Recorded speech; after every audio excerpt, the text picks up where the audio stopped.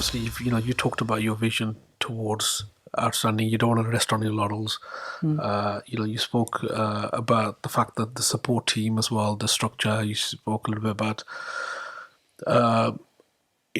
your sort of succession planning. You're thinking about potentially people who are coming up within the ranks as well, and there's a lot of partnership working already taking place within the colleges. So there's a lot of stuff there. Your governors, you mentioned your current chair right at the beginning as well, Dexter, and he's still there.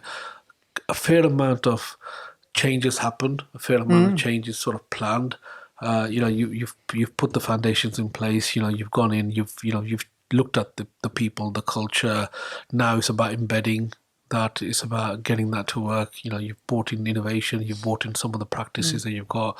A lot of joined up thinking and so forth. So I want to try and talk a little bit about your vision now in terms of the future, bearing in mind some of the changes that are happening within the employee demands, technology, the macro level of changes as well. So just bring that a little bit to in terms ahead. What does that look like? Well, to be honest with you, we've been talking about it for the whole of the last year. Actually, is what we've been talking about. Where our future. We created last year a 2030 plan. Okay. Because I think you have to have a vision, don't you? You have to have a vision that's grounded in some things that you want to achieve. And for us, that strategy, and we're confirming that, now it is around those skills, knowledge, and behaviours we want our students to have going into employment or HE or wherever. So I mean, and that sits really, really central to where we are, and employers actually sit with us in terms of that development, because one of the things that is really coming through as an institution in terms of are we really supporting everyone? We've been working on, I mentioned adults earlier, and the fact that we haven't been doing enough in that space to really support adults across different sectors, and that's a focus for us. That I think we're now getting into a really good space. That HE piece that I talked about, and we're going to stay in that space, and why and how we're doing that.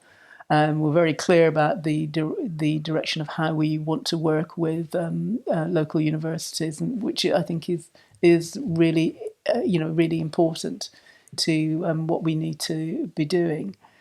But I think I want to stay with the skills development, because I think that's key. I think that is the key thing for me, which is why the work around the local skills improvement fund that we're doing, as well as the Innovate UK. How can we actually really, really get to that offer of what we're calling innovation centres in FE?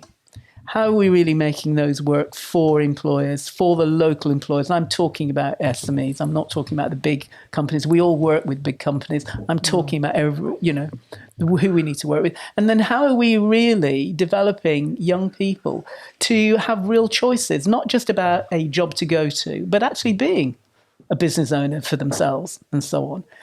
Are the things that we should be doing as a college that really help them develop in that space? And we haven't really been in that space as a college, and so that's something that we're really, really looking at, both with our governors who come with the those business skill sets, but also it's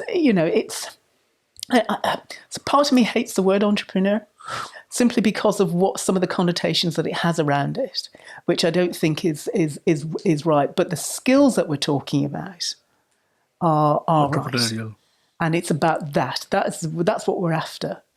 So to help develop that, not just in our students, but for our institution, for our staff, so that we are thinking, in an innovative way. We don't get happy, we don't get secure in the space that we're in. We are thinking, what do we need to do to be better so that our students can actually feel the benefit? So that when they're progressing and going out, what are they doing? So that's so things around how do we do that?